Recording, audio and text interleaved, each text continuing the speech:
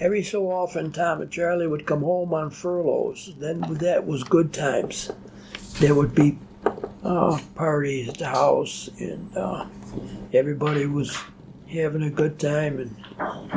And then when they left, it would seem like, my mother used to say, it felt like a dream.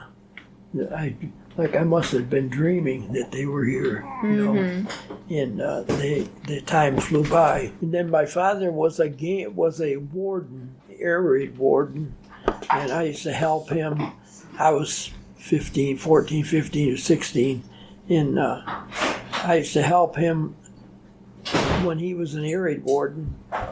Carried a red flashlight. In other words, what you did was you put a piece of red paper, and then under the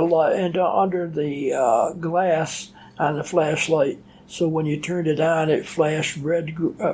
It showed red light, and it wouldn't be seen from the air as well. We